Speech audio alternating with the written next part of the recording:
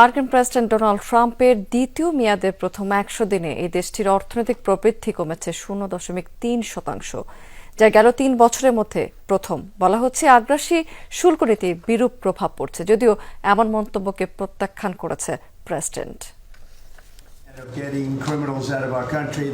Oval অফিসের দায়িত্ব নিয়ে শুল্কারোপের মাধ্যমে মার্কিন অর্থনীতিকে আরও শক্তিশালী করবেন এমন প্রতিশ্রুতি দিয়েছিলেন প্রেসিডেন্ট ডোনাল্ড ট্রাম্প। কিন্তু বছরের প্রথম প্রান্তিকের অর্থনৈতিক প্রবৃদ্ধি কপালে ফেলেছে চিন্তার ভাঁজ। বুধবার প্রকাশিত মার্কিন পরিসংখ্যান বলছে, চলতি বছরের প্রথম ৩ মাসেই অর্থনীতি ০.৩% সংকুচিত হয়েছে, যা ২০২২ সালের পর এই প্রথম। গেল বছরের শেষ প্রান্তিকে মার্কিন জিডিপি বৃদ্ধি পেয়েছিল ২.৪%। যুক্তরাষ্ট্রের অর্থনীতিতে ধস নামায় প্রশ্নবিদ্ধ ডোনাল্ড ট্রাম্পের আগ্রাসী শুল্ক নীতি। যদিও এসব অভিযোগ তুড়ি মেরে উড়িয়ে দিয়েছেন মার্কিন প্রেসিডেন্ট।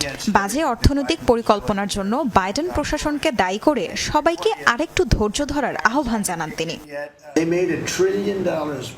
জানুয়ারির ২০ তারিখে দায়িত্ব নিয়েছি। ট্যারিফ এখনো পুরোপুরি কার্যকর হয়নি। আমি চাইব আমাদের আরও একটু সময় দেয়া হোক। যা প্রতিবেদনে প্রকাশিত হয়েছে তা সবাইকে চিন্তায় ফেলেছে জানি, কিন্তু সবাইকে ধৈর্য ধরার আহ্বান জানাচ্ছি।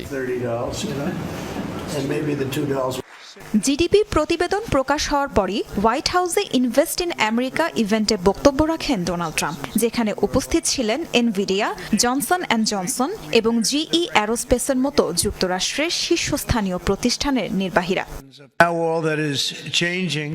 তবে আমি বলতে চাই, অর্থনীতির এই সংকোচনের জন্য বাইডেনই দায়ী। মার্কিন অর্থনীতি পুরোপুরি ধ্বংস করে দিয়েছেন তিনি। আগের অবস্থা থেকে ফিরতে কিছুটা সময় তো লাগবেই।